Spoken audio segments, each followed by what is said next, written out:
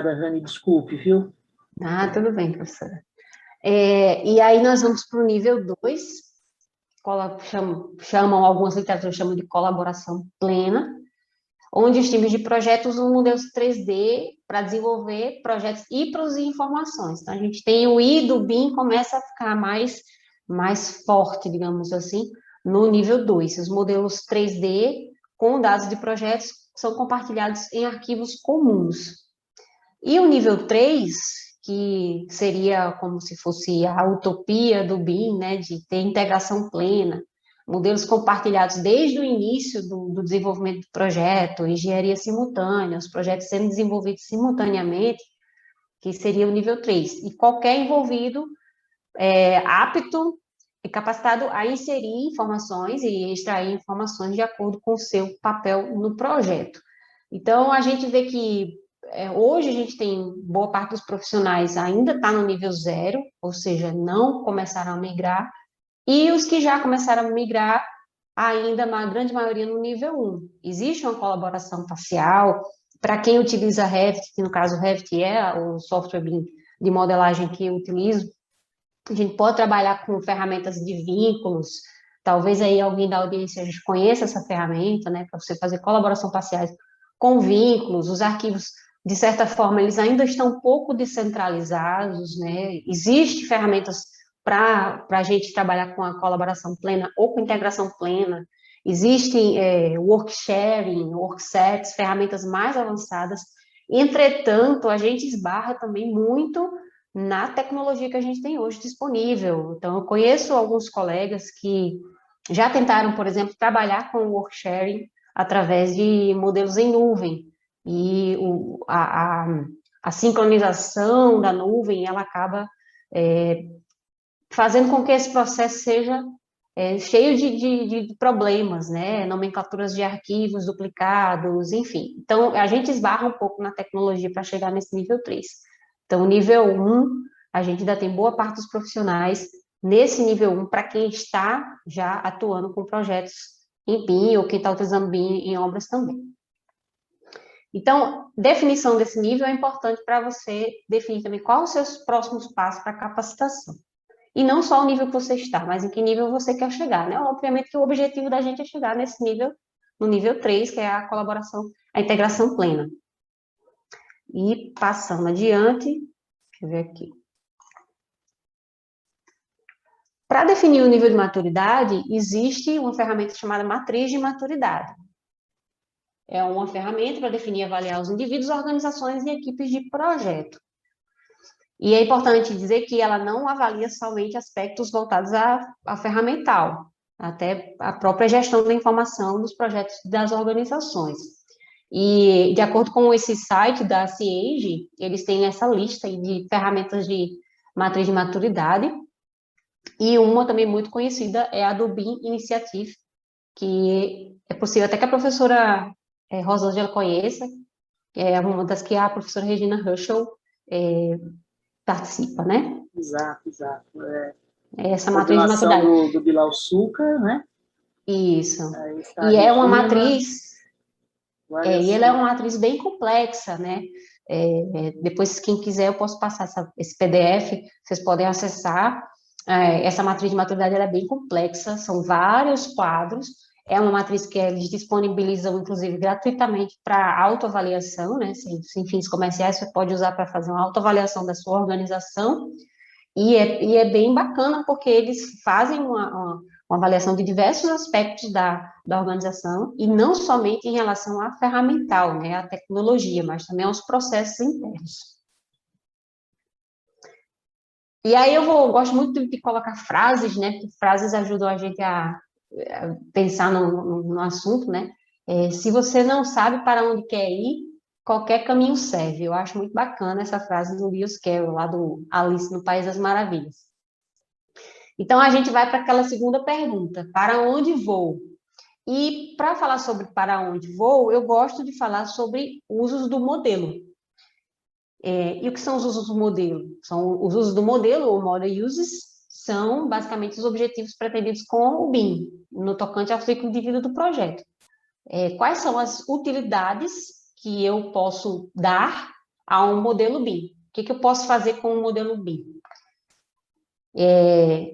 Eu gosto de dizer que os usos do BIM são serviços que você pode oferecer. Então, o profissional, ele precisa saber que serviços ele já oferece, que o BIM pode ajudar a que esses serviços possam ser melhor ofertados, e os serviços que ele pode vir a oferecer através de um modelo BIM com informações. E quantos são os model uses? Se eu não me engano, o BIM Dictionary tem 76 usos listados. Bilal Suca já catalogou mais de 100. Penn State tem 25 principais usos do BIM, então ainda são esses números podem variar de acordo com a literatura, mas uma coisa que é certa é que talvez eles nem ainda sejam todos catalogados, né?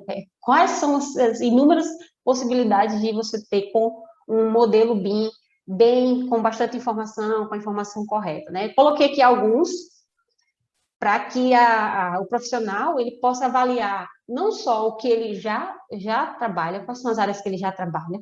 Gosto muito de dar o exemplo do projeto de arquitetura.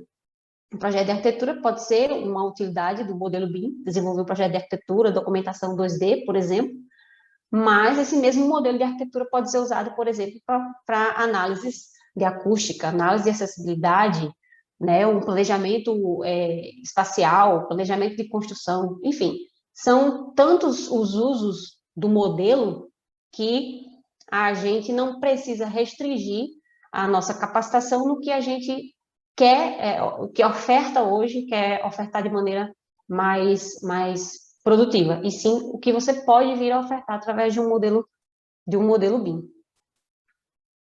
Então, eu gosto de dizer que os usos do modelo são oportunidades disfarçadas.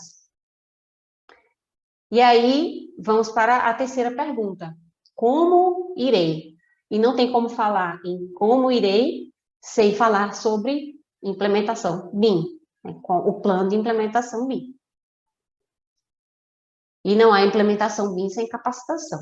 Então, uma empresa, ela pode contratar um prestador de serviços BIM simplesmente para desenvolver um projeto.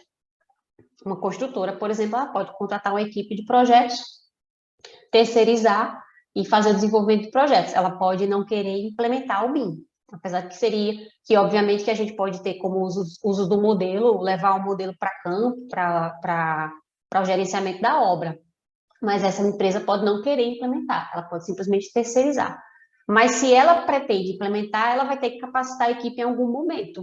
E mesmo que ela use esse modelo na obra, ela vai ter que capacitar algum colaborador em algum momento para utilizar esse modelo no canteiro de obras, por exemplo. Então, não tem como a gente falar em implementação sem falar em capacitação. E aí eu trouxe um resumo de um plano de implementação BIM, e quem também quiser ter acesso, tem no nosso blog, tem um texto lá sobre o plano de implementação BIM, e esse resumo está lá. Então, aí a gente tem 8 etapas da implementação BIM, obviamente começando pela conscientização, e a conscientização ela vai um pouco além de mostrar que é importante, né? A maioria das pessoas já perceberam que elas precisam se capacitar. A conscientização também vai de informar quais são os significados do BIM, quais são os usos, quais são as limitações, quais são os obstáculos. Então, a conscientização também prevê esse momento de informar sobre o que é possível e o que não é possível, porque a gente também precisa entender que o BIM não é uma solução milagrosa que vai resolver todos os problemas da construção civil. E aí a gente passa pelo diagnóstico, né? Entre o diagnóstico, avaliar o nível de maturidade, avaliar as competências dos profissionais que já atuam na empresa, avaliar os processos atuais, como são feitos, as tecnologias que existem e, obviamente, propor melhorias nos processos. Terceiro, vem um plano de implementação BIM, que é o chamado BIP, e aí a gente tem 4 etapas, digamos assim: a preparação, capacitação, experimentação, que a gente coloca em relação à preparação, a obtenção ou definição do template. Como é que a gente vai começar esse treinamento? existem algumas literaturas que propõem que o template seja desenvolvido depois do treinamento. Eu vou falar um pouquinho mais sobre o template, e a gente tem percebido que não é uma boa solução, pelo menos em se tratando de projeto de arquitetura. Em alguns projetos, não vemos muito problemas em você obter um template pronto, especialmente em projetos mais padronizados, em que existem muito mais normas. Então, a gente realmente vê que o template ele pode mudar muito, especialmente no projeto de arquitetura. Capacitação, né, que a gente vê em treinamento, e a experimentação, que seria o projeto piloto. A avaliação é uma outra etapa do plano de implementação, e sempre tem que ser feita uma avaliação de todo esse processo, uma construção de relatórios, e o suporte aí que permeia todas essas etapas. Então, na capacitação BIM, a gente coloca aí 4 pontos principais, né? Template, treinamento, projeto piloto e suporte. E aí, vamos falar de template, né? O que é um template? É um arquivo modelo, é um arquivo com pré-configurações. Ele pode ser definido depois ou antes, a depender do treinamento. Então, o que a gente tem percebido? Há 10 anos atrás, quando eu comecei a aprender Revit, numa época, parece assim que foi ontem, mas há 10 anos atrás, o cenário de ensino de mim era completamente diferente. Vou falar um pouquinho mais também lá na frente da internet e as mudanças que a internet trouxe, né? Então, quando eu comecei a aprender BIM, a gente tinha, basicamente, o template que vem no Revit. E era um sofrimento. Por quê? Porque a gente pega um template que é muito simples, que é muito básico, que ele não foi feito para todos os tipos de projetos, que ele não abarca todos os diferentes procedimentos de execução de obras e que não abarca os diferentes fluxos de trabalho. Então, era um sofrimento, porque tudo que a gente ia fazer tinha que parar para criar uma configuração, para fazer uma configuração, para criar uma família, para criar um tipo de parede, um tipo de piso. E esse processo de ter que ficar criando configurações e elementos dentro do template durante o desenvolvimento do projeto era muito, muito árduo. E isso, com certeza, foi motivo de frustração para muitas pessoas que começaram há 20 anos atrás, há 10 anos atrás. Por quê? Porque a disponibilidade de treinamentos com templates já definidos era muito menor.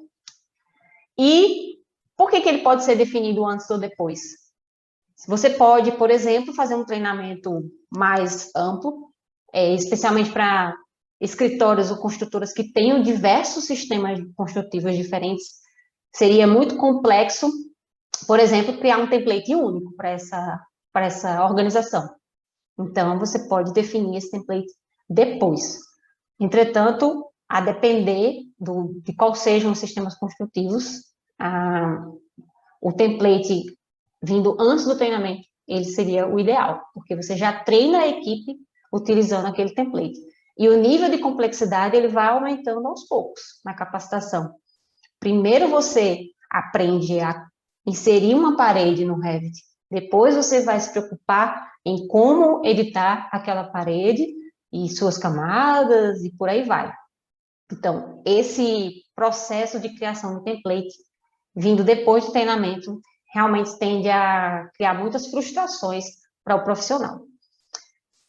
O template, ele deve ser usado no projeto piloto, então é importante isso nessa fase do projeto piloto, e ser avaliado e aprimorado constantemente. Então, não existe template perfeito. Existe aquele que você vai utilizar, vai definir antes do treinamento e que você pode ir aprimorando, inclusive, conforme suas próprias configurações. Esse é um template da gente, né, que a gente tem um template de combate a incêndio, uma das bombas aí de combate a incêndio. Aqui também são outros templates que a gente tem nos treinamentos, template de estruturas de concreto, template de instalações elétricas, template de estruturas metálicas. Vale salientar que alguns templates padrões da Autodesk são muito bons.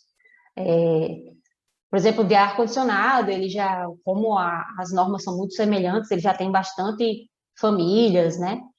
Estruturas de concreto, ele tem as armações. Então, alguns templates já são bem robustos, digamos assim. Mas o de arquitetura, por exemplo, é um que eu acho que realmente é bem complicado você começar partindo do template básico, do template default lá do Revit. E template não é só família, né? Configurações de texto, configurações de cotas, tabelas, símbolos, detalhamentos, né? Uma chamada de detalhe, tipos de janelas e portas, tipos de linhas, configurações de legendas. Então, tudo isso é template. Template não é só objetos. Inclusive, os objetos, eles são até um pouco mal vistos dentro de um template, porque eles pesam muito. O objetivo do template não é estar cheio de famílias e objetos para ficar pesando no arquivo. E é um desafio você criar um template sem esses objetos, porque para quem está fazendo o projeto é muito cômodo ter todas essas famílias lá catalogadas dentro do arquivo, mas elas elevam muito o tamanho do arquivo, e você acaba demorando para salvar, demorando para abrir. Então, a gente, por exemplo, hoje tem o template separado, tem o showroom. O showroom, ele tem mais objetos. Então, a pessoa pode ir lá no showroom, como esse daqui, não sei se dá para ver o cursor. Pronto, aqui você tem um showroom, que é um arquivo com os objetos organizados, como se fosse um showroom mesmo de uma loja. E aí você pode abrir esse arquivo de showroom e copiar famílias. Ah, Rani, mas é trabalhoso ficar abrindo esse arquivo, mas você não vai fazer isso o tempo todo. Agora, o seu projeto vai estar lá com 200 megas o tempo todo, se você optar por manter todas as famílias de componentes, no caso, dentro do seu template. Então, aí é a questão de pesar. Até que ponto vale a pena ter um arquivo de 200 megas com um montão de objetos que eu talvez nem use? Ou vale a pena eu perder esse tempo abrindo o arquivo showroom e copiando somente aqueles que eu quero usar naquele projeto? Fora a quantidade de espaço que você vai estar ocupando no seu computador, com aquelas inúmeras cópias e inúmeros arquivos do seu projeto, com cada um com 100 megas. E aí vamos para treinamento, né? Treinamento, etapa fundamental da capacitação. E aí a gente pensa, mas treinamento e capacitação não é a mesma coisa? Existem várias etapas na capacitação, inclusive etapas inerentes ao próprio aluno, como, por exemplo, praticar. Faz parte da capacitação você desenvolver exercícios, praticar. Então, ele pode ser padronizado ou personalizado. Uma empresa pode querer fazer um treinamento em company e chegar para o instrutor e dizer, olha, eu quero que você treine, os nossos fluxos são assim, e isso faz parte da implementação de BIM. Ou o treinamento pode ser padronizado, como no caso os treinamentos que a gente oferta de cursos livres. Então, você tem vários profissionais de diferentes, agora no online, né, diferentes estados, trabalhando, fazendo o mesmo curso, com o mesmo exercício. Então, são treinamentos padronizados que hoje a gente tem. É o mais comum, que é o treinamento B2C, né, da empresa com o cliente direto. E existem os treinamentos B2B, treinamentos em company, que podem ser também padronizados ou não, podem ser personalizados. E esse treinamento envolve colaboradores e terceirizados. Então, mesmo voltando, por exemplo, da construtora, ela vai implementar o BIM. Vamos supor que uma construtora vai implementar o BIM. Ela vai fazer o treinamento com a equipe interna, e se essa construtora faz lá na equipe interna dela, ela desenvolve o projeto de arquitetura, mas o projeto de instalações é desenvolvido por um escritório externo. Esse escritório tem que fazer a capacitação também. Não adianta a equipe interna da organização fazer o treinamento e os terceirizados não se capacitarem também. Aqui é deixa eu ver isso aqui.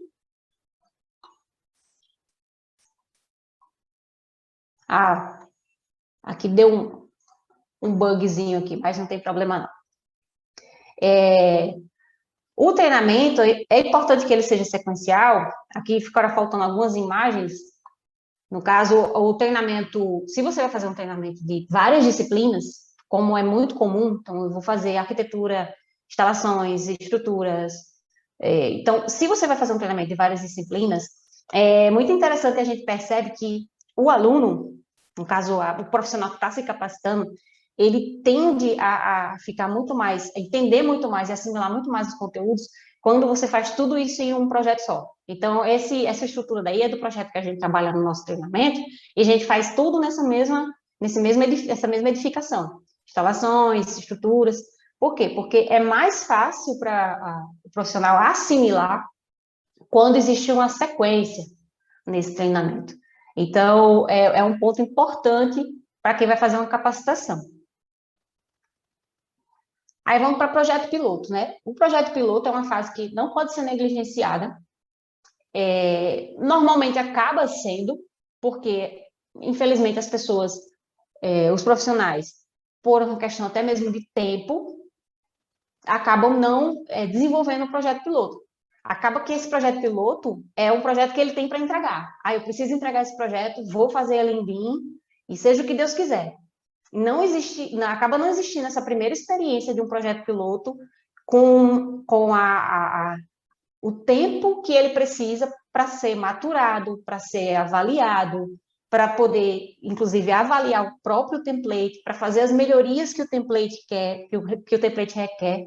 Então, o projeto piloto que eu tenho visto o profissional faz um curso, termina o curso, agora eu vou fazer um projeto em BIM para entregar, e aí ele começa a se perder nos prazos e muitas vezes está desenvolvendo o projeto, já vi acontecer várias vezes, está desenvolvendo o projeto 90% feito, pronto, não consegue documentar, que é um gargalo muito grande que eu vejo nos profissionais, não consegue documentar o projeto, volta para o AutoCAD, exporta o modelo do BIM em vistas 2D, volta para o AutoCAD e esses 10% que faltava, que era muito pouco, acabam virando 50%, porque ele vai ter que documentar tudo no AutoCAD.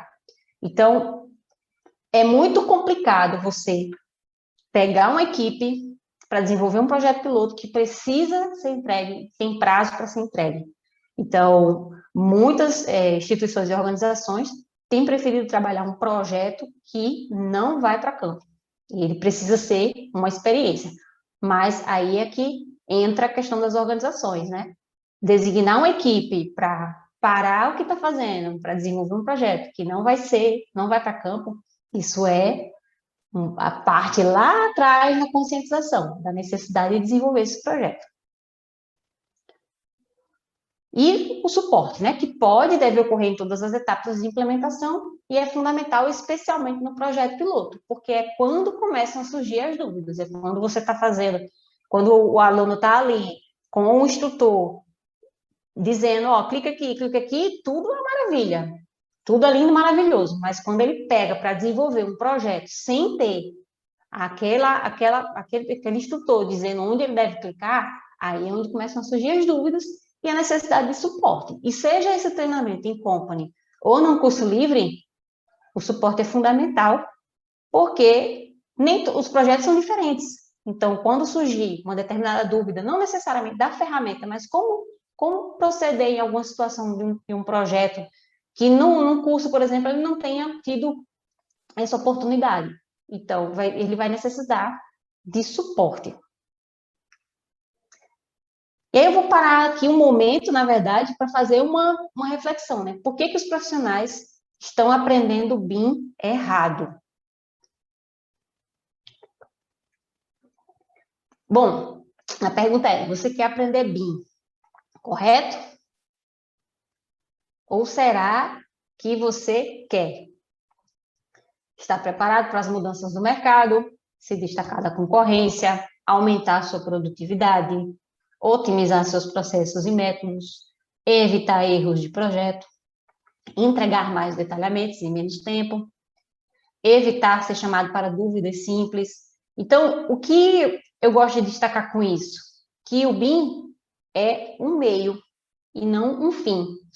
E é curioso que, hoje em dia, eu digo hoje em dia, comparado com quando eu comecei a estudar BIM e ensinar BIM, quando a gente começou a ensinar, as pessoas procuravam aprender porque elas queriam melhorar seus prazos, queriam projetar mais rápido, Hoje as pessoas dizem, eu quero aprender BIM.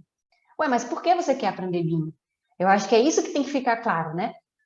Porque se você diz, eu quero aprender BIM, então para você qualquer coisa vai servir. Eu vou estar aprendendo BIM. Não, o que você pretende? Eu pretendo aumentar minha produtividade. Então você precisa entender que aprender BIM é aprender processo de desenvolvimento, projeto que melhore sua produtividade.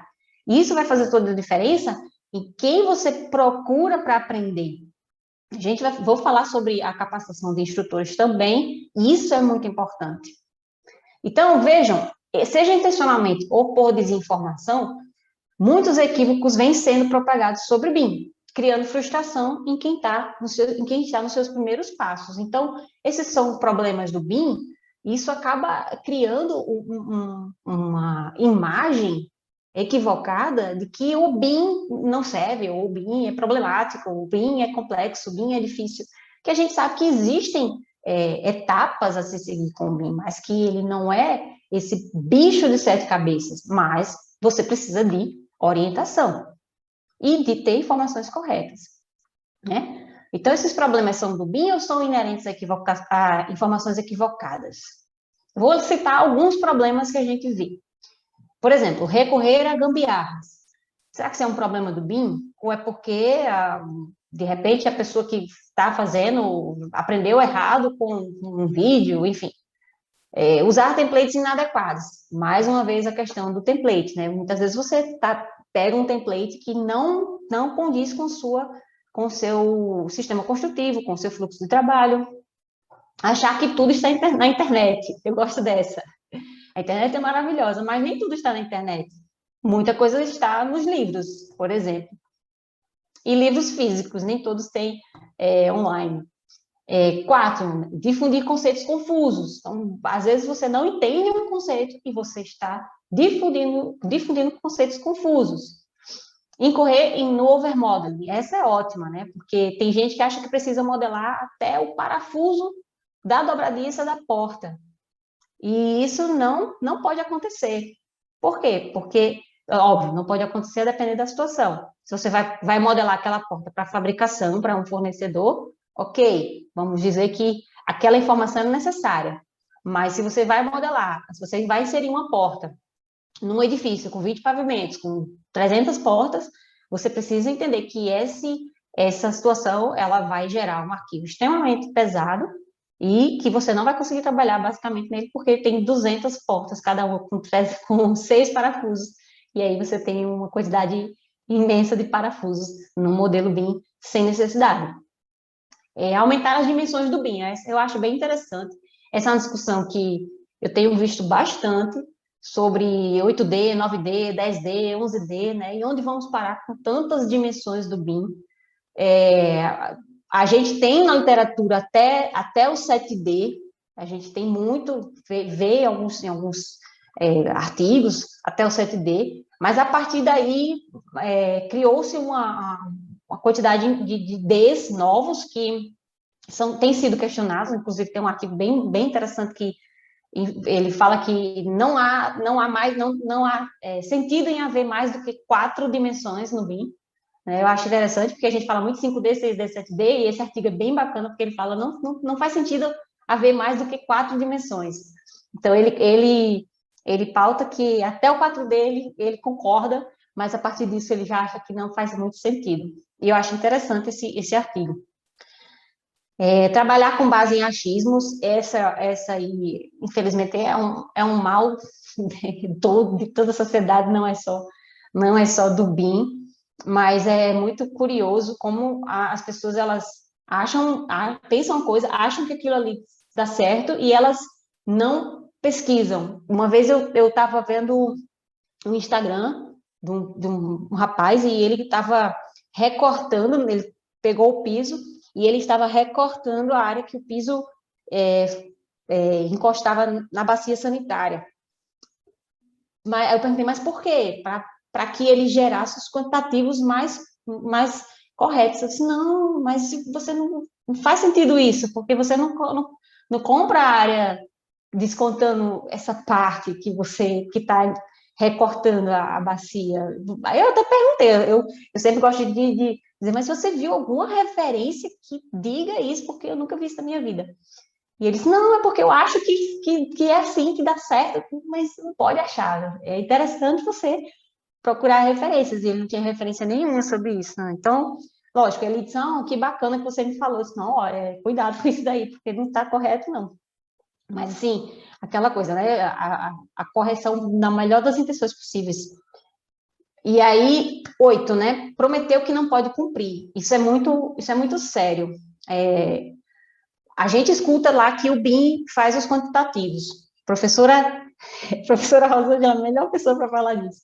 A gente escuta lá todo mundo dizer, o BIM faz esses quantitativos automáticos, Tudo maravilha. automático, né?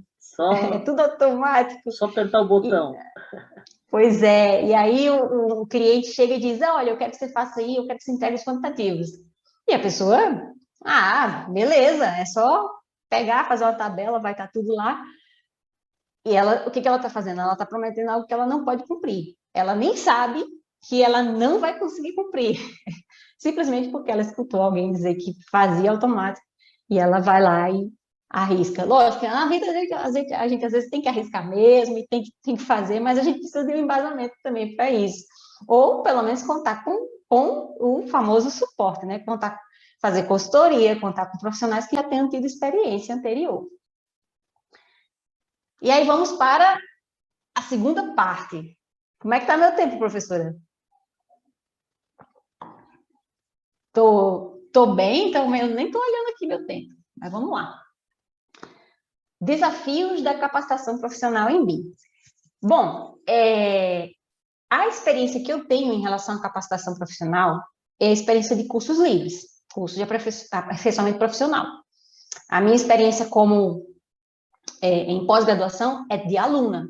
Eu nunca ensinei no pós-graduação, mas estamos aí para convites, né? Mas vamos lá. Os desafios da capacitação profissional. Vou listar aqui alguns e vou falar um pouco sobre eles, né? Internet e seus prós e contras, né? A diversidade dos alunos, isso, para mim, é algo que é muito gritante nos cursos de aperfeiçoamento, vou falar um pouquinho sobre isso. O saber técnico dos instrutores, a briga entre o Buttonology e o Workflow, são duas metodologias de ensino de software diferentes. A questão da razão, relevância e urgência, também vou falar. E a diferença entre gerencial e operacional, ou gerencial e ferramental. A internet e seus prós e contras. E aí eu vou fazer um paralelo entre antes e agora. Antes, a gente tinha uma escassez de informação. Então, o que a gente tinha de disponibilidade de informação na internet, e eu digo isso que na época que eu comecei a aprender era assim, a gente tinha poucos e raros vídeos e a maioria deles em inglês, né? Então, de uns 8 anos para cá, eu acredito que foi quando a gente começou a ter essa enxurrada de vídeos, YouTube, né? O famoso YouTube, de vídeos em português. Mas antes nós tínhamos uma verdadeira escassez de informação. Eu não trouxe aqui, mas eu imprimi, para vocês terem uma noção, eu imprimi o Help do Revit 2011. Eram aproximadamente 5, como se fossem 5 livros de 500 páginas cada um. E era a minha fonte de informação, era o Help do Revit. Era a única coisa que eu tinha em português. E, obviamente, alguns poucos livros de alguns autores em português. E o que a gente tem agora? A gente está passando por uma situação de excesso de informação. É tanta coisa que, muitas vezes, a pessoa não sabe onde encontrar a informação correta. E aí eu vou trazer aqui alguns contras, né? Informações erradas ou informações desatualizadas. Um exemplo que eu gosto de dar. Eu estava pesquisando sobre como exportar do Revit para o SketchUp, por exemplo. E aí havia um vídeo muito antigo em que o rapaz ensinava como exportar com DWG. E houve um tempo que o SketchUp não tinha suporte para IFC. Então, ele ensinava DWG. E aí, muito provavelmente, várias pessoas viram esse vídeo, começaram a fazer dessa maneira, e continuaram fazendo, mesmo depois do SketchUp ter suporte para IFC. Hoje você faz isso em 1 minuto. Para fazer no DWG, você passava 10, 20 minutos para fazer isso. Então, as informações desatualizadas, você, de repente, faz daquela maneira, publica um novo vídeo, que, teoricamente, estaria atualizado, porque você publicou hoje, mas a informação está desatualizada. Então, isso é um problema que a gente tem hoje na capacitação, especialmente para aqueles autodidatas, né, que estão aí na luta, procurando informação onde quer que ela esteja. O descompromisso com a pesquisa, então, é muito comum, assim, a gente vê vídeos de diversos formatos, mas que muitas vezes aquela pessoa que fez aquele vídeo, ela não pesquisou outras formas, ela simplesmente reproduziu um outro que ela já tinha visto. E às vezes você nota claramente que é igual. E o custo de aprender errado, né? Aprender errando. O custo de aprender errando é o tempo. E o nosso tempo é muito valioso. Então, a informação na internet, ela é incrível. Assim, a internet hoje tem de tudo, mas ela está muito descentralizada. Então, você acaba aprendendo com erros. E aí vem os prós, óbvio, né? Tudo é ruim, né? A internet, fim das barreiras geográficas. Então, hoje você pode ter uma aula com qualquer profissional de qualquer lugar do mundo. E aprender sem sair de casa, então é uma vantagem maravilhosa, né? De você estar na sua casa, você não gasta tempo com deslocamento. O tempo que você gastava antes com deslocamento, hoje você pode estar estudando. E isso é maravilhoso, né? Ter os melhores instrutores, olha, você não precisa mais só ter aulas com aquele instrutor daquela sua cidade, você pode ter aula com os melhores instrutores, e isso é uma grande vantagem da internet. E também ter várias referências. Antes você tinha um número limitado de referências e de informações. Hoje você pode ter diversas referências, você pode cruzar essas referências, você pode ler vários livros, vários PDFs, várias dissertações, cruzar essas informações e chegar às suas próprias conclusões. Aí vem outro desafio, a diversidade dos alunos. Isso especialmente na capacitação profissional, especialmente no que eu faço, que é cursos livres, a gente tem uma diversidade muito grande, de 20 a 60 anos, pelo menos. E aí, para além da idade, a gente tem uma diversidade de conhecimento técnico. Você tem, muitas vezes, já me deparei com situações de ter na mesma turma um aluno que estava no 5º período de arquitetura e um profissional que tinha 20 anos de profissão. Então, o conhecimento técnico de procedimentos de construção é uma diversidade muito grande. E isso é um grande desafio para quem ensina. Por quê? Porque eu estou lá ensinando a ferramenta, mas eu preciso estar tirando dúvidas de informações construtivas. Vamos fazer aqui a empena. O que é empena? Vamos fazer aqui a platibanda. Mas o que é platibanda? Então, às vezes acontece de você ter dúvidas bem mais primárias e você ter um profissional ali com 20 anos de profissão que às vezes sabe até mais do que você, que é instrutor da ferramenta. Então, é um verdadeiro desafio.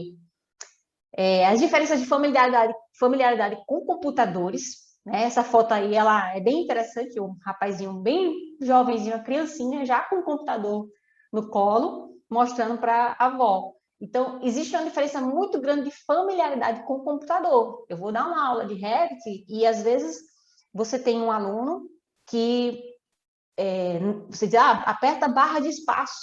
E aí o aluno, mas onde é? E clica no lugar errado. Aperta o Tab, aí clica no lugar errado. Então, existe uma grande diferença de familiaridade. Os jovens hoje, você dizer, salvar como? Arquivo abrir, já vão direto. E quem não tem familiaridade com o computador, você precisa ter um cuidado maior em, olha, salvar como, às vezes criar uma pasta, né? É óbvio que é importante colocar pré-requisitos para o ensino, para cursos livres, para cursos de aperfeiçoamento, e a gente coloca como pré-requisito conhecimento de Windows, por exemplo. Mas, às vezes, acontece de ter um profissional que está ali, às vezes está há 10 anos, se formou há 10 anos atrás, está querendo retornar ao mercado, tem dificuldades com o computador. Então, é um desafio imenso para quem ensina. especialmente nessa modalidade de cursos livres. Mas existe também um lado positivo, a troca de experiências. É muito, muito bacana quando você tem uma turma de pessoas com diferentes conhecimentos técnicos e que elas se ajudam. Às vezes você tem uma pessoa um pouco menos familiaridade no computador, mas com muito conhecimento técnico, muito conhecimento construtivo, e aí elas se ajudam, e isso é muito bacana nesse tipo de ensino.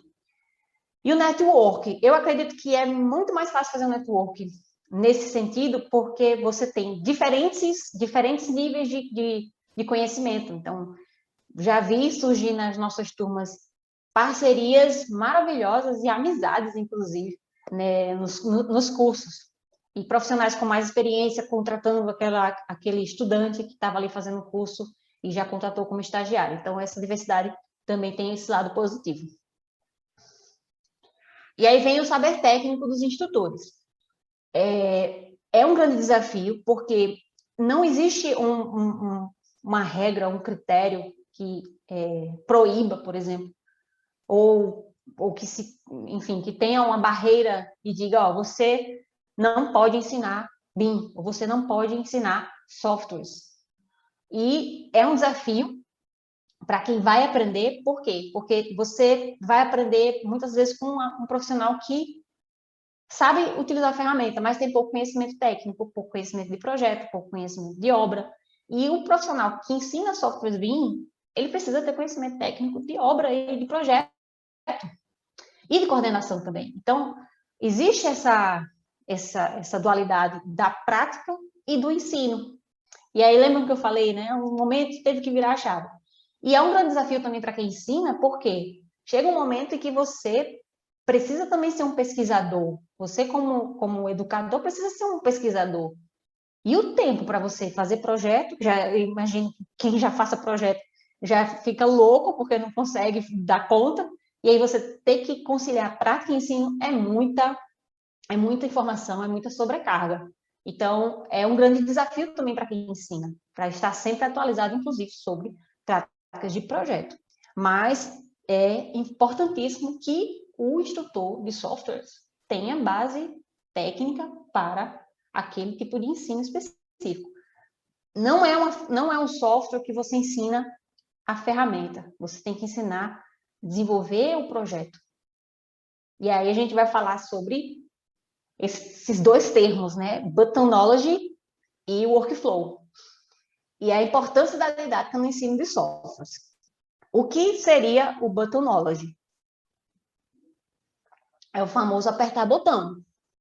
É ensinar software, passando a interface, passando aba, no caso do Revit, por exemplo, aba por aba, essa ferramenta faz isso, essa ferramenta faz aquilo. A gente, na Autodesk, a gente passa por um treinamento didático e que não é recomendado buttonology. Lógico, existe um tipo específico de profissional que vai procurar esse tipo de ensino, mas a maioria quer saber como fazer um projeto. Eu quero sair do curso tendo feito um projeto inteiro em BIM. Então, é isso que normalmente quem procura capacitação em BIM quer sair fazendo um projeto, do começo ao fim.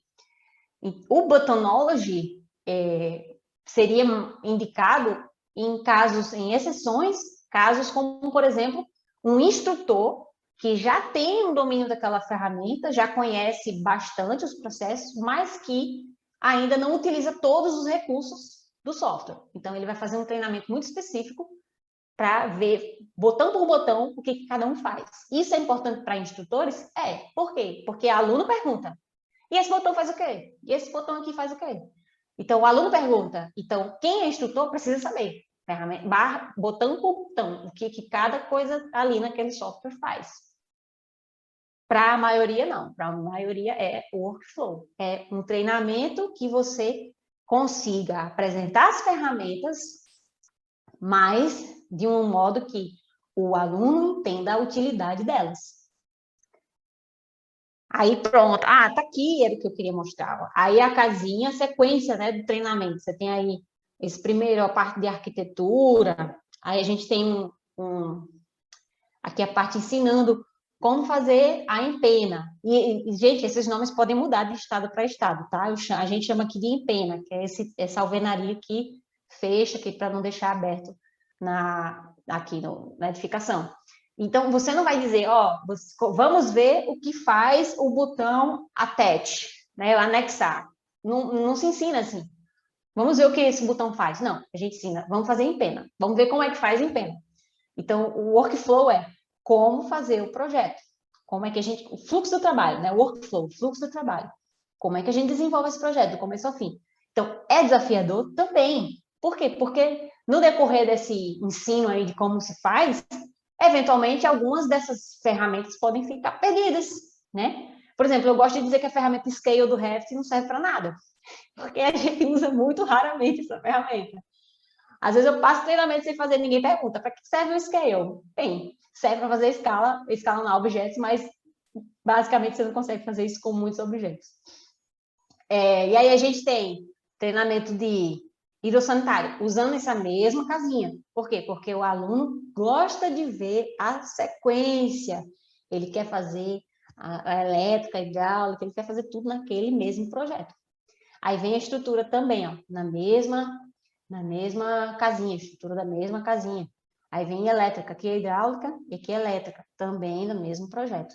Tudo na sequência. Então, a sequência do projeto, né? Desenvolvimento do projeto, até a documentação. E aí vamos falar sobre razão, relevância e urgência. Qual é hoje o principal público que procura cursos de capacitação profissional em BIM? Adultos, né? Adultos, 22 a 50, 60 anos, a amplitude desses adultos, a grande maioria entre 25 e 45, mas de 20 a 60 adultos. E o que adultos querem, como adultos pensam? A gente faz treinamento didático na Autodesk, que está lá. Eles querem saber o porquê das coisas. Então, eu não posso ensinar uma ferramenta sem dizer, ó, serve para isso. Qual é a razão de estar aprendendo aquela ferramenta? Porque eu posso muito bem falar, olha, aqui no Revit eu tenho essa ferramenta que copia. Vou dar um exemplo bem bobo. Essa ferramenta serve para copiar. Para que eu vou copiar? Eu estou tentando encontrar um exemplo aqui. Mas a importância é de explicar o porquê. Por que aquilo, para que eu estou ensinando aquela ferramenta, né? E relevância, me serve? Essa ferramenta serve para mim? Tem relevância para o que eu faço? Então, o desafio é aprender aquilo que você vai usar, né? Aquela ferramenta que eu vou usar. Então, eu vejo muito, e é importante a gente destacar aqui, às vezes a pessoa... Opa, alguém quer falar? Eu vi barulho.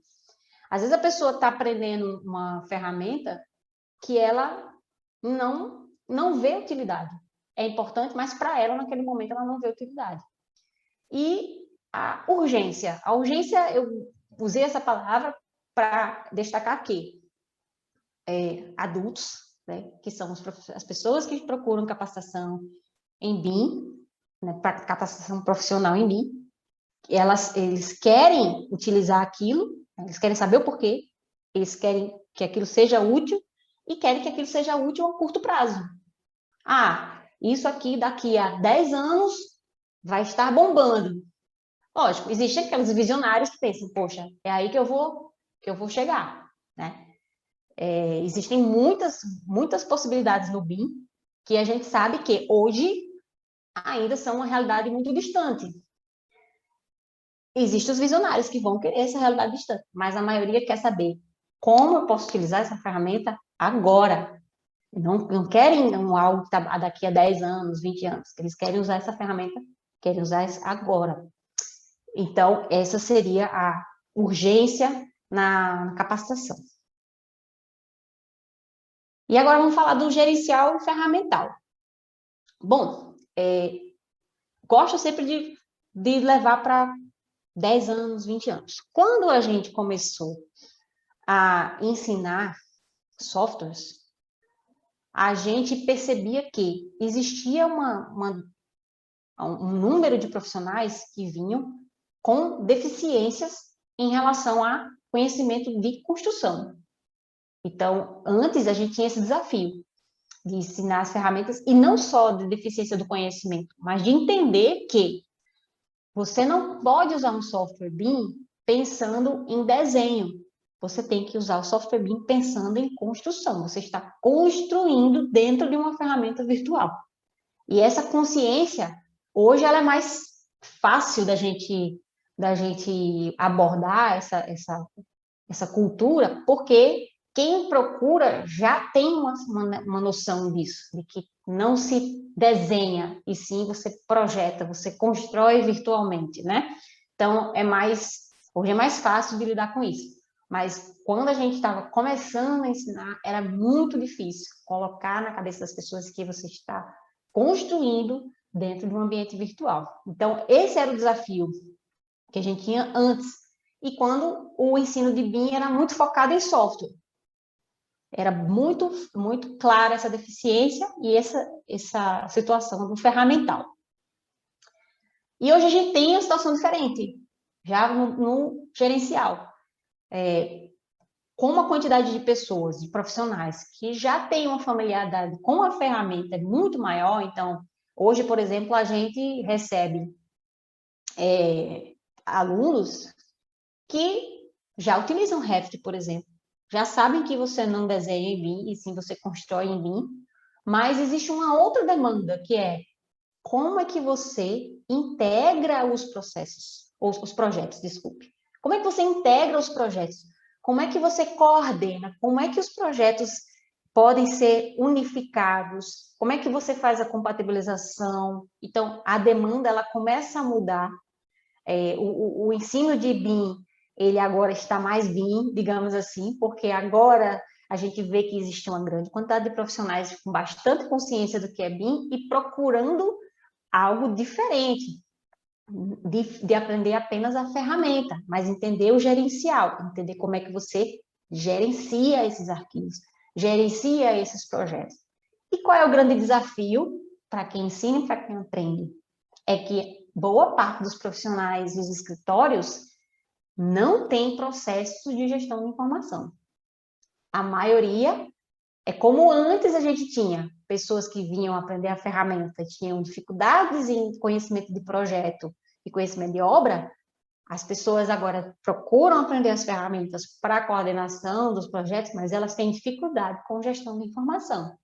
Até uma organização de pastas e nomenclaturas de arquivos é uma dificuldade, o que não deveria, porque isso é uma questão que não é inerente ao BIM. A organização de arquivos, isso não é inerente ao BIM, mas os escritórios têm dificuldade, os profissionais têm dificuldade. Por quê? Porque não é da cultura de grande parte dos escritórios e profissionais ter essa organização e essa gestão das informações. Então, eu digo que eu acho que a grande dificuldade hoje, o grande desafio é criar essa cultura de gestão da informação. E isso é a premissa básica do BIM. Então, a capacitação em BIM, ela pressupõe uma mudança total na cultura e nos procedimentos de desenvolvimento de projetos. E eu vou finalizando aqui. Para quem não conhece o nosso Instagram, vou deixar aqui @espaço4. A gente tem procurado gerar bastante conteúdo. Então, quem tiver aí que quiser ir lá, olha, isso aqui está errado, faz igual eu fiz lá com o rapazinho. Olha, não é bem assim e tal. Então, vai lá, vê as nossas publicações, ou então, que bacana, é isso mesmo. Então, a gente fica muito grato. E vamos abrir agora, não sei, professor, abrir para perguntas, eu espero que tenha ficado claro. Vou parar aqui minha apresentação. Parabéns, Rani. Tinha certeza que a gente ia aprender muito. E vocês viram que interessante, né, pessoal? A capacitação, veja a abrangência que ela pontuou, a partir de um processo que o interessado em se capacitar precisa percorrer, né, Rani? Uhum. E a organização que essa pessoa precisa ter para aderir a esse processo BIM. Exato. Né? Então, é muito importante, e o trabalho que ela tem na escola é fundamental, elas deixam claro. Eu esqueci o nome da tua sócia, Sandra, né? Sandra Albino? Sim, Sandra Albino. Sandra. A gente observa pelas postagens, eu acompanho, antes de conhecê-la, eu já acompanhava o perfil da escola por conta da preocupação de publicar sempre conceitos de processo, né? Então, isso é muito importante. Eu acho que esse é o diferencial da apresentação. Mostrar que não é apenas uma ferramenta. Ela poderia muito bem vir falar de ferramenta, né? Ela é uma autorizada Autodesk. Mas veja a necessidade de dar uma amplitude maior nessa visão de como essa capacitação se dá, né? Então, eu acho que essa visão, eu acho que você deixou bastante clara para a gente, né? Essa importância, né? E o pessoal está comentando aqui.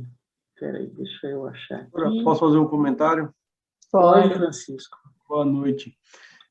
No decorrer, duas coisas ficaram claras. BIM tem que ir para as escolas, urgente, né? As crianças já têm que vir com alguma coisa modelada nesse sentido. E com relação ao que a senhora está falando, o que eu enxergo é o seguinte, você se capacitando, não é que você vai usar uma ferramenta, você passa a ser a ferramenta, né? E vai juntar o que você aprende com as suas vivências, né? O que é que você acrescenta no processo, com as suas experiências, né? Que a pessoa pode ter a aprendizagem, pode internalizar, absorver, mas ainda assim não tem uma experiência ali adequada para incrementar, né? Nesse sentido, eu enxergo que você se torna a ferramenta, você se capacita para ser a ferramenta. Bacana, gostei da abordagem. Acho que é interessante isso mesmo. E faz sentido mesmo, Faz né? sentido. Rodrigo comentou aqui que os Ds são uma questão mais de marketing do que qualquer outra coisa. Na prática, não faz diferença quantos são os Ds. O que importa mesmo é o uso dado ao modelo. Essa história dos Ds, eu até recebi um comentário aqui no particular.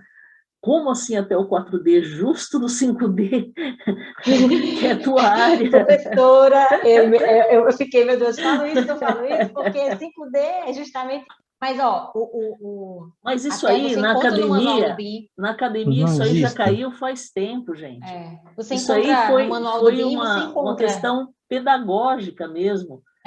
E é muito bom para você ilustrar pedagogicamente a questão do marketing que o Rodrigo cita, ele é muito útil para a gente fazer uma explicação.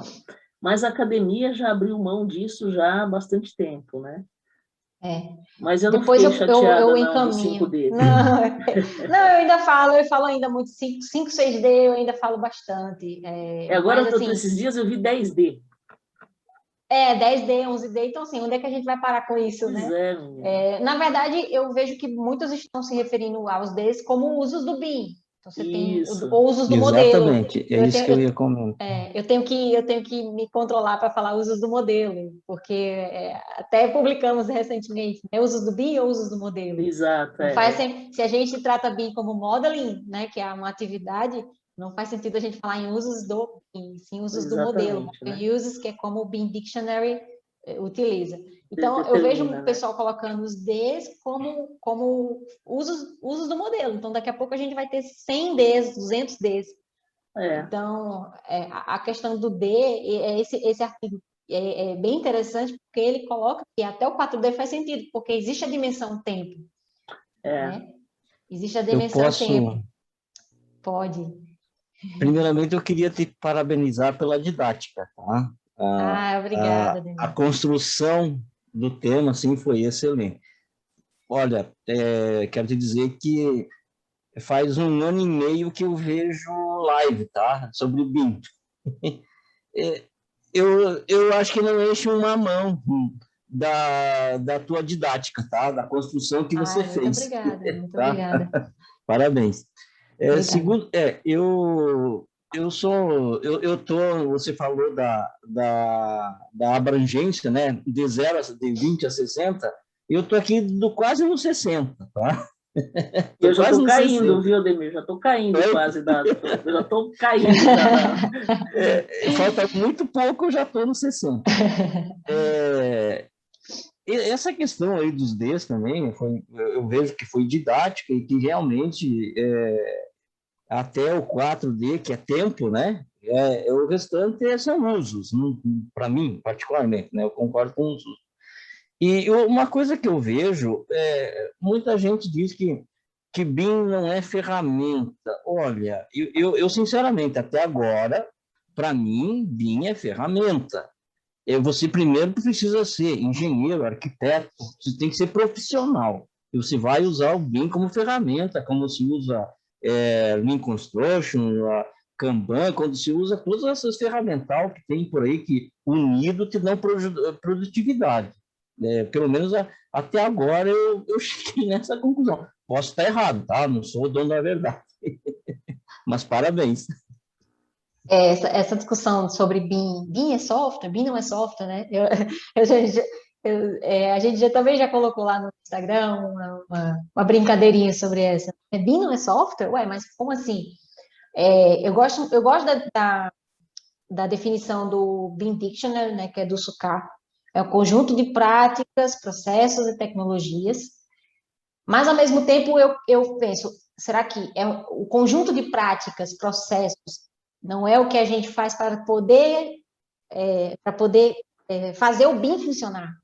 Esse conjunto de práticas é o que a gente faz para que a modelagem da informação funcione, né? E ela é basicamente ferramental. Lógico, os processos eles estão ali funcionando paralelamente. Então, inclusive é outro desafio ensinar ferramenta, ensinar software, e obviamente de 10 anos para cá eu já mudei muito a forma como eu ensino software, mas mesmo você ensinando a mesma coisa, a forma como você fala é diferente. Hoje eu falo diferente. Então, quando alguém me pergunta, e esse piso, eu faço para dentro da parede, para fora da parede, eu digo, calma, como é que a gente constrói? A gente constrói, na minha construtora eu faço a laje passando por debaixo da parede, enfim, a forma como você constrói vai determinar a forma como você modela. Então, e como eu vou modelar aquele arquivo autoral específico, por exemplo, a arquitetura, para que lá na frente o engenheiro estrutural consiga utilizar o meu arquivo. Não adianta a gente só ensinar como é que cria uma parede, como é que insere um piso, mas o que eu faço agora, como vai implicar quando for fazer a compatibilização. E isso é um desafio, né, Rani? Um problemaço. Coordenadas do modelo autoral. Isso é clássico. Você vai montar um modelo federado no Navisworks, por exemplo, ou até em outras plataformas, e aí a arquitetura vem no canto, esse erro é clássico. Na hora de federar, cada um vai para um canto. Pois é, e isso é ensino de BIM, mas eu estou ensinando a ferramenta. Eu estou mostrando a ferramenta como ela funciona, mas eu estou ensinando BIM. Então, é muito... Para mim, eu não consigo desvencilhar da ferramenta. Olha só, o Rodrigo Coelho concorda bastante com essa visão sobre a formação do instrutor. A formação dele, por exemplo, foi feita no exercício prático, profissional, inicialmente como coordenador de projetos de uma grande multinacional. Posteriormente, por interesse pessoal e por certo destaque dentro da equipe de BIM, e assim gradualmente crescendo na prática e na pesquisa de forma concomitante, né? Scale não serve para nada, talvez o Scale sirva para trabalhar com massa. Mas tem que ter um comando aí que fica meio... Precisa ser revisado esse comando. Um pouco mais fácil, apenas um pouco, na experiência dele, essa questão de entender que a mentalidade é diferente, que a mentalidade e os processos não podem ser os mesmos da metodologia CAD. É verdade. A Elaine comenta que incrível didática que ela tem para expor, muito objetivo com conhecimento. É isso aí. Aqui, gente, só tem nota 1000 quando vem falar aqui com a gente, viu, Elaine? E vocês veem que a minha propaganda ela é verdadeira.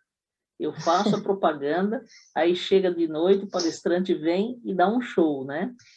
E eu vou dizer, professora, que eu fiquei muito feliz com o tema, porque eu nunca tinha abordado, assim, sobre como é estar na pele do instrutor, Tá porque vendo? É. é desafiador também, essa questão das diferenças do nivelamento de quem faz cursos livres é muito grande. Então, a gente Você tem um precisa... público muito, muito variado, né? Exato. Muito E assim, variado. a gente tenta pegar o quê? Pegar o lado positivo. Então, quando a Sim, gente tem um aluno na turma que sabe muito, assim, a gente fala pra gente como é que você faz. Então, os outros que estão ali aprendem junto. é a E isso, troca, né? essa troca é maravilhosa, É especialmente fundamental. nessa modalidade de aulas em tempo real, né? Que hoje a gente tem o presencial, mas a gente tem as aulas ao vivo, como a gente está tendo agora. Isso. E essa troca é muito bacana. E eu acho que esse desafio, ele é muito interessante, até na hora de você abordar o assunto, né? Porque Exato. eu sempre converso um pouquinho com o pessoal quando começa a turma, para entender quem é cada um, né? Um mini histórico, para justamente ver Uhum. com que mão eu vou abordar os assuntos. Né? O pessoal está mais ou menos no mesmo nível, então você pode passar reto em algumas coisas. Não, o pessoal são estudantes ainda, recém-formados, o pessoal é bastante jovem. Bom, então você tem que ter uma linha um pouco mais detalhada, um pouco mais com outro tipo Uhum. de embasamento também. Né? Então, esse também é um diferencial e um desafio também, né? Nessa É. questão, né? Olha só, aqui o Felipe comenta que o manual do BIM do CEBIC fala da importância do gerenciamento da troca de informação na implementação BIM. Eu acho que esse é o grande Isso. gargalo também, né? Você ter essa consciência de quem está entrando numa capacitação ou essa capacitação vindo a partir de uma implementação na empresa, é o entendimento desse pessoal. Que eu acho que E do o começo interesse até o também, né? final, eu acho que isso muda, não muda, né? A O intenção primeira, entendimento? sim, não, no entendimento do que ele está Sim. fazendo ali. Não, com certeza, com certeza. E assim, eu vejo que o caminho do aprendizado, ele pode ser diverso. Então, óbvio que há um tempo atrás era muito mais comum você começar por um software de modelagem, né? Como é o caso do Revit, do ArchiCAD, enfim. E era muito mais comum isso. E você estava ali só aprendendo aquela ferramenta que vai melhorar a sua vida, que vai ser mais Sim, rápido e tal, e sem se preocupar muito com processos BIM. E hoje eu percebo que não existe só esse caminho. Você pode começar, por exemplo, por um curso de Open BIM. Você pode começar, por exemplo, sim, você pode começar, por exemplo, por um curso de coordenação. Então, os é, caminhos de aprendizado são mais diversos, são né? mais abrangentes, né? Eu confesso a você que eu ainda não tenho uma opinião formada sobre qual seria o melhor, Eu acho que depende porque muito, né, é da necessidade do cara, isso. da Porque urgência, veja, talvez, de entender às essa ou vezes é muito. aquela situação. E assim, às vezes você pensa, é melhor começar por uma coisa mais abrangente, de coordenação, mas às vezes a pessoa não entende nem como é que se faz como é que se insere um objeto no software de É. modelagem. Como é que ela vai entender algo tão complexo como algo complexo que eu digo, mas quando a gente divide em etapas vai ficando mais Sem fácil, dúvida, né? vai Mas fatiando esse bolo aí, vai né? fatiando.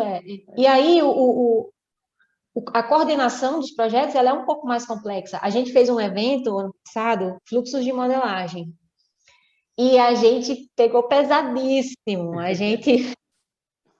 Eu montei um arquivo central com vínculos de pavimento tipo, mostrei processo Judiou de do massa. pessoal. Judiei, a gente pegou pesado, falamos sobre coordenadas, a importância da coordenada, falamos sobre modelo federado, o pessoal ficou perdido, assim. Oh, meu Mas Deus. quem ficou até o fim disse, gente, que massa, mas é muito mais complexo do que eu imaginava. Então, veja, é complexo para quem está começando, porque eles não entendem nem mesmo, às vezes, a informação básica da modelagem. né? Então, a pessoa que chegou ali perdida, que nunca abriu um Revit na vida, nunca colocou um componente, ela vai achar aquilo complexo. Então, Sim. o caminho do aprendizado é interessante, de repente, você começar pela coordenação e ter essa visão abrangente do BIM e tudo mais, mas pode fazer a pessoa ficar surtada, né? Porque Sim. ela pode achar que é complexo Choque de demais. realidade, né? Choque de realidade, exatamente. Então, mas foi bem bacana, foi bem bacana. Mas é uma abordagem também, né? Eu acho que tem muitas, Olha aí a muitas dica maneiras, da né? Elaine. Esther aqui, muito bom, Rani, parabéns pela apresentação, acompanha vocês pelo Instagram. A Meire comenta a verdade, super didática. O Rodrigo comenta, sim, os dedos são um conjunto de usos, e ele mesmo já produziu vários vídeos sobre o assunto, inclusive o de 10D. A Mas história deixo dos claro que Ds, essa né? questão dos Ds ter um aspecto tanto de marketing quanto didático, e o seu entendimento como um conjunto de usos, é verdade. A Helene concorda com a Ademir, impressionante a capacidade dela de se colocar muito bem. Isso mesmo. O Guadalupe lembra que BIM é processo também, né? Isso também é bacana a gente sempre falar. O Rodrigo discorda da questão do BIM como ferramenta, entende como metodologia e processo, mas acho que o Ademir colocou mais essa questão da ferramenta como uma metodologia, como um processo mesmo, assim como Lean Construction, como gestão Isso. ágil, né? Um Uhum. conjunto de procedimentos, né? Isso. Ferramental mesmo, né? Como a Rani bem colocou também. Obviamente que ele está embasado em uso intenso de ferramentas, softwares e tecnologia, mas o fundamental é a mentalidade, a metodologia e o processo, né? Estou falando, cola na Rosângela. Ô, Guadalupe. Helene dizendo que é tudo verdade, tudo verdadeiro, que aprende muito aqui. A Larice pede uma indicação de literatura BIM. E eu acho que o manual de BIM, viu, Larice? Terceira edição, está num preço bacana. Eu estou procurando aqui um que eu adquiri recentemente do Sérgio Leozin. Ah, é legal. É Gestão um de livro projetos. antigo, mas ele te dá uma boa base também. Ele é muito bom. Muito bom. É um livro também curto, de repente, para quem quer começar aí. Bem didático, leitura boa, fácil. Os guias que o Francisco coloca aqui também são uma boa dica também, viu, Larice? É que a terceira edição do manual de BIM, que é a Bíblia do BIM, como todo mundo fala, está quentinho, saiu do forno esses dias, né? E é o que temos de Isso mais é ótimo. atualizado, né? O Guia das BEA, o Guia do CEBIC, eu particularmente gosto bastante. O Caderno BIM Paraná é pioneiro, um trabalho feito pelo Laboratório BIM, sob a coordenação do Rafael, que já esteve aqui conosco, né? Aí é Santa Catarina, professor.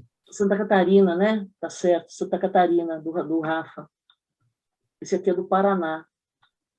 Desculpe. Isso, o Rodrigo colocou aqui o título do livro Sérgio Leozin, Gerenciamento e Coordenação de Projetos BIM. Isso. Meire dá os parabéns, excelente conteúdo de explicação. Preciso ir por questões de casa. Um beijo, Meire, obrigada pela tua presença.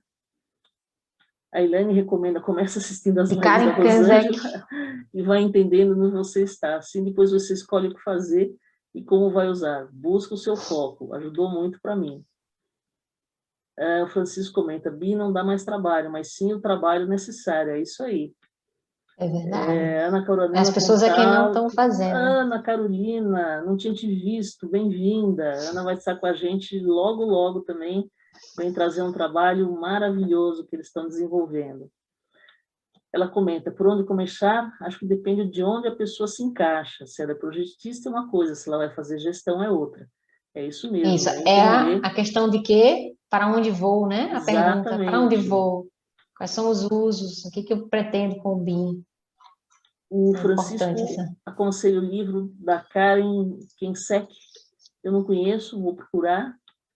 O Raigo, aqui é um poderoso canal de informação para quem quer um direcionamento acerca do BIM. Professora Rosângela sempre convida os melhores profissionais. Mais uma vez, parabéns. É verdade, aqui só tem gente nota 1000 no mínimo. Aqui é só top de linha. Diego me corrige, Santa Catarina e não Paraná.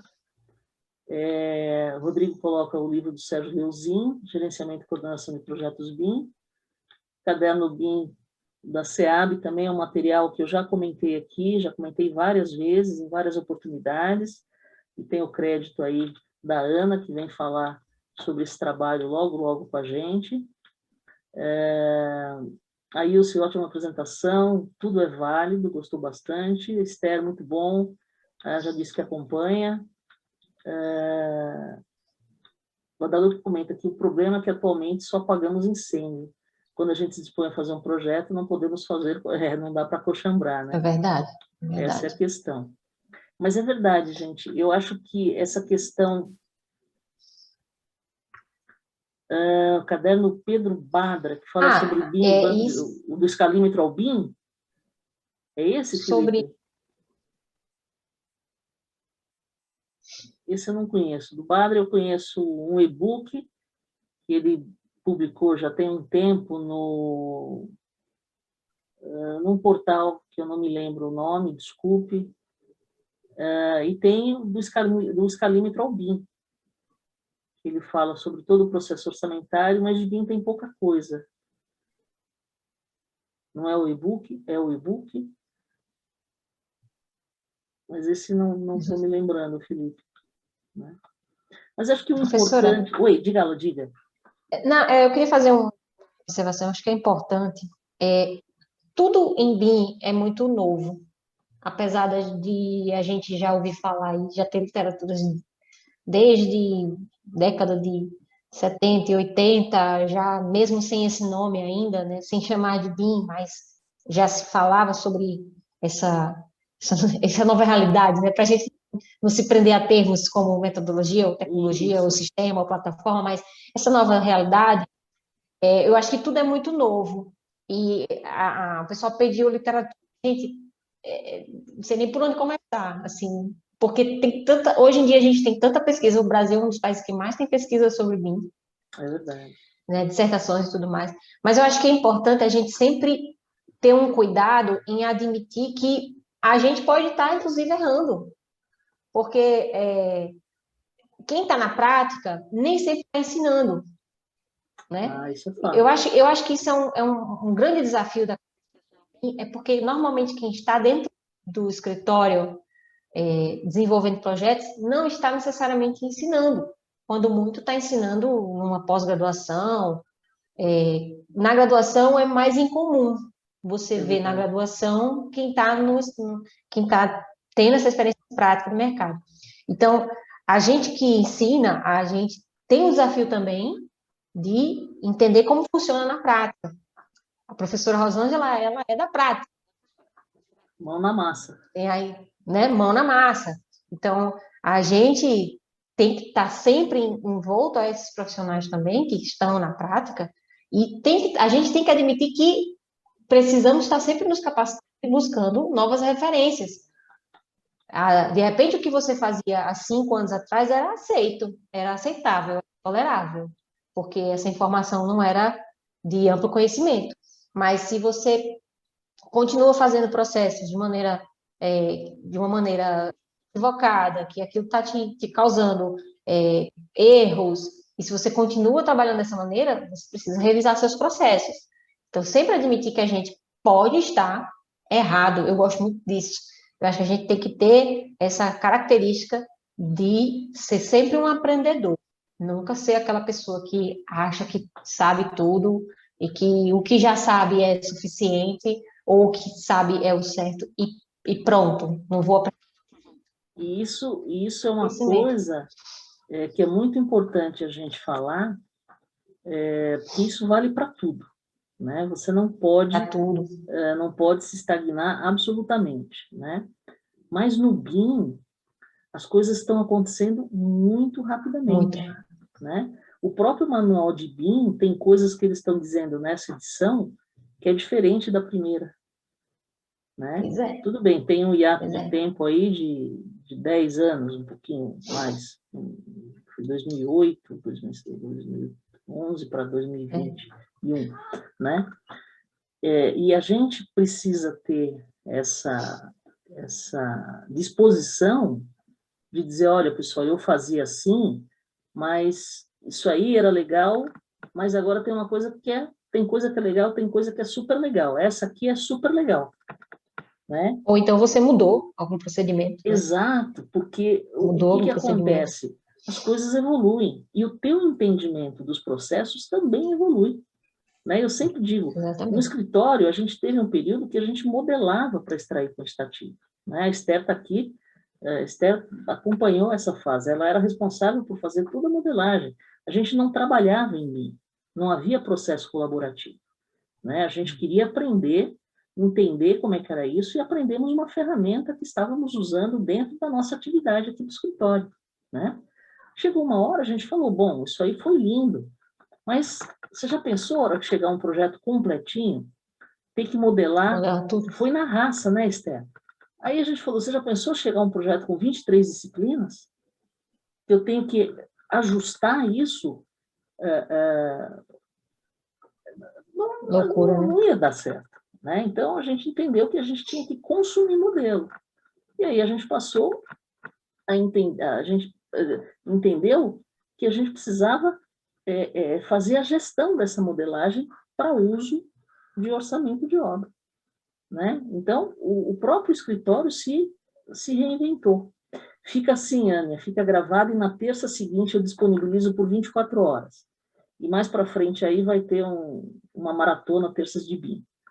E aí eu vou Legal. abrir Professora, todas. Outra coisa que eu ia... professora, Oi, Ademir. não, só Eu só nessa ia dar uma questão aí dica. de admitir, há um tempo atrás eu ouvi uma pessoa que disse assim, ó, se os fatos mudam, eu posso mudar de opinião.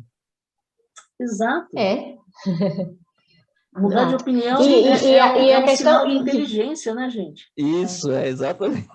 E aí tem gente que tem muito receio de adotar uma nova tecnologia por ser novo e, obviamente, tem muito ainda a se construir de conhecimento.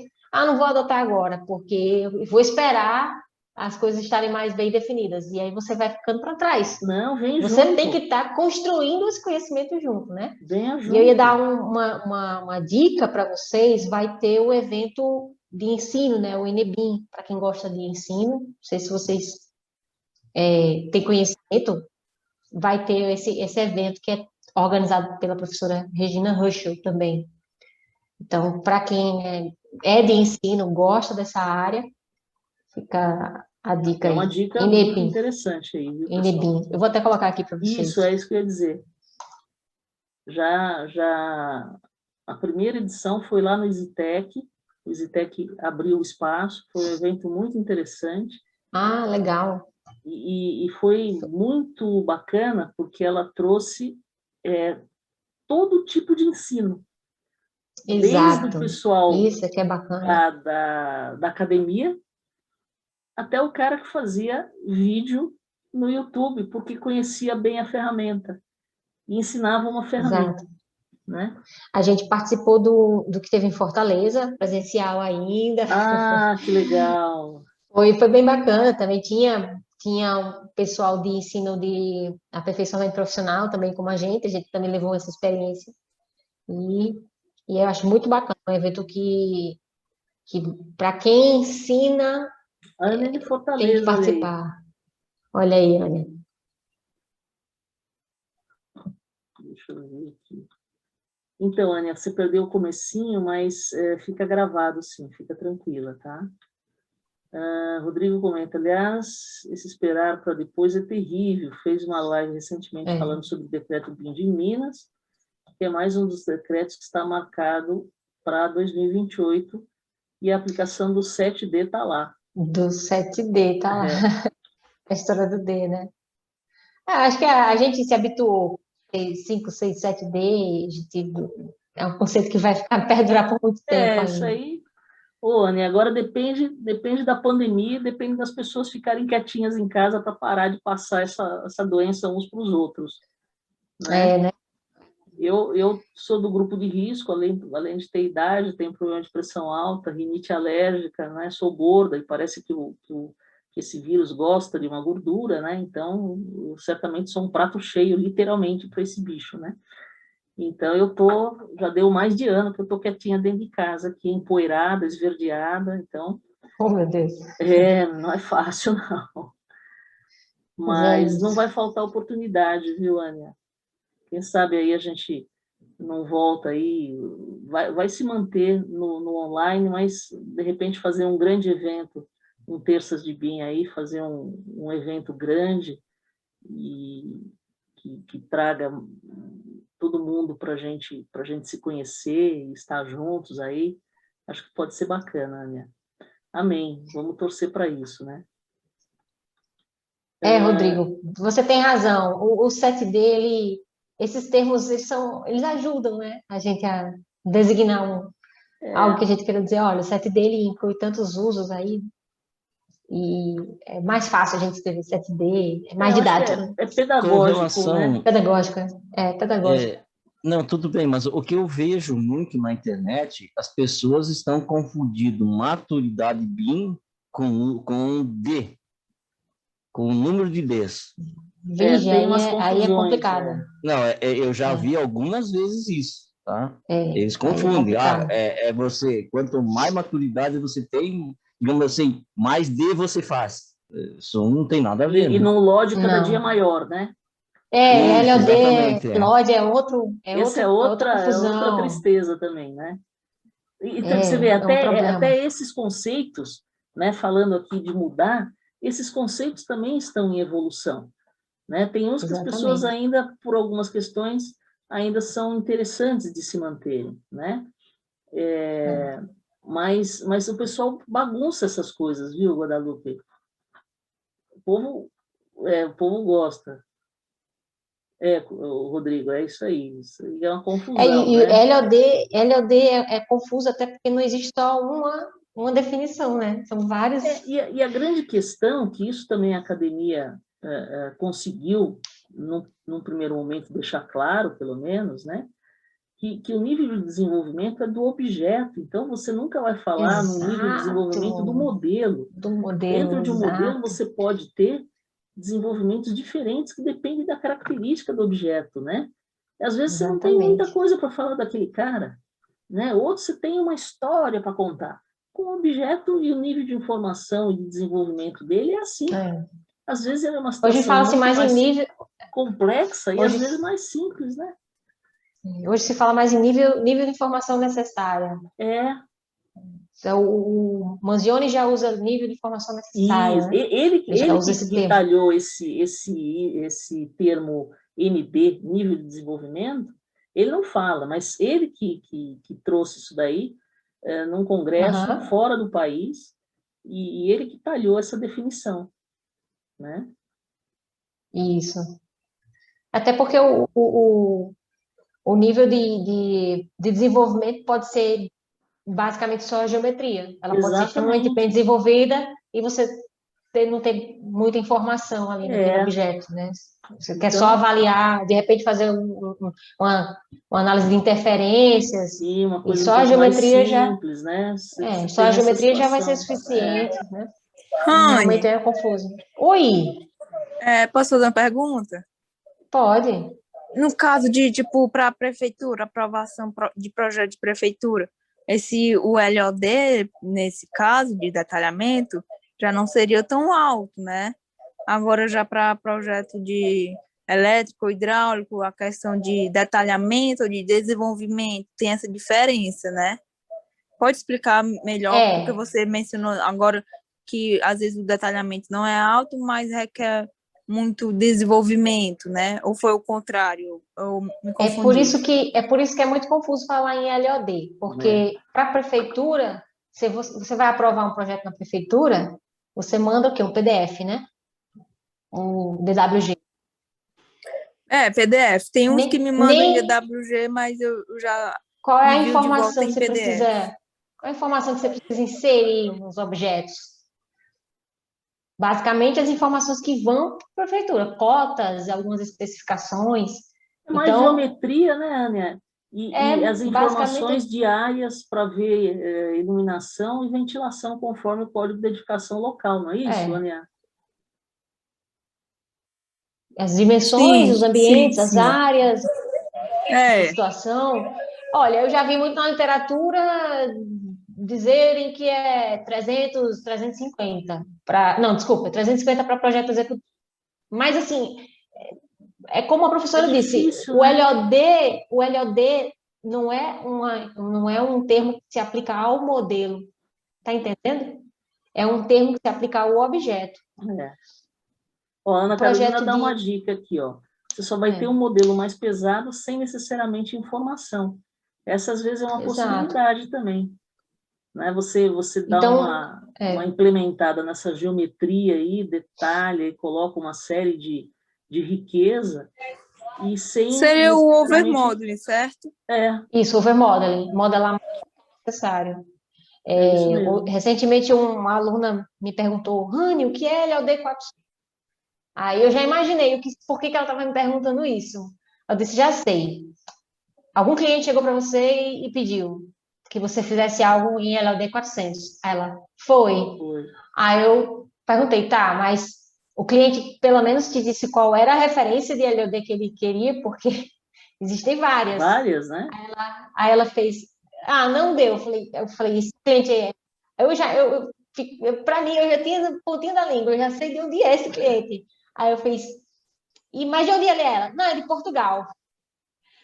Porque eu já tinha recebido há um tempo atrás, o pessoal de Já Portugal sabia da história, pedindo né? modelagem, mas fazia muito tempo. Mas veio essa lembrança, né? Eu disse, olha, você tem que saber qual é a referência de LOD que eles querem e se esse LOD eles querem, e quais são os objetos e quais são as informações que eles querem que tenha no objeto. Basicamente é isso. Você precisa de uma listagem do que é a informação que eles querem coletar desses objetos. Eu acho melhor você pedir uma listagem que eles querem que você... Porque simplesmente eles dizerem LOD 400 e, tipo, te vira com essa informação, Vira, né? né?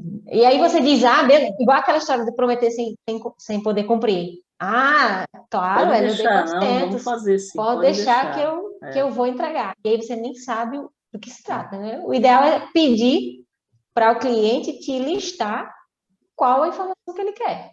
Eu quero que tenha fabricante, eu quero que tenha site do objeto que você vai modelar, eu quero que tenha procedimentos de execução, procedimento de fabricação, enfim. Olha aqui, Rodrigo. Boa noite. Então, Rodrigo está se despedindo aqui, precisa sair. Agradece pelo conteúdo, sempre excelente. Um grande abraço, Rodrigo. Obrigada pela participação, viu? Gente, só para concluir aqui o pensamento. Isso. No caso, seria mais para projeto de interiores, né? Talvez. O quê? Um nível de um LOD de 450, 500, talvez. Assim, 500 já seria Fabricação daí. Fabricação aí para pré-moldado, 500 é as-built. As built. Certo. Entendi. Obrigada. 400 seria mais informações para fabricação. A história do parafuso, por exemplo. Isso. Se aplicaria... A Ana Carolina dá uma dica aqui na sequência, né? A geometria pode ser simples, mas com muita informação. Não dá para generalizar, depende de cada elemento. Um exemplo típico dessa geometria simples, mas com informação, né, Esther? Eram os nossos modelos, que eram tidos, inclusive, como feios. Veja que mas você chacoalhava o que tinha de informação, era uma beleza, porque era a nossa necessidade, né? Bacana. O pessoal fala, mas é feio esse seu modelo, né? Mas ele serve para a gente, porque tem informação, né? Perfeito. Ele agradece também, dá boa noite a todos, diz que foi excelente, dá os parabéns. Dúvidas, pessoal? Colocações? Valeu o aprendizado. Nossa, como eu tenho certeza disso, viu? Porque o tempo passa, a gente olha para trás e vê que, nossa, foi uma jornada que valeu muito a pena, viu? Um aprendizado muito grande que nós tivemos, viu? Bom, pessoal, eu agradeço imensamente a participação de todos vocês, as colocações.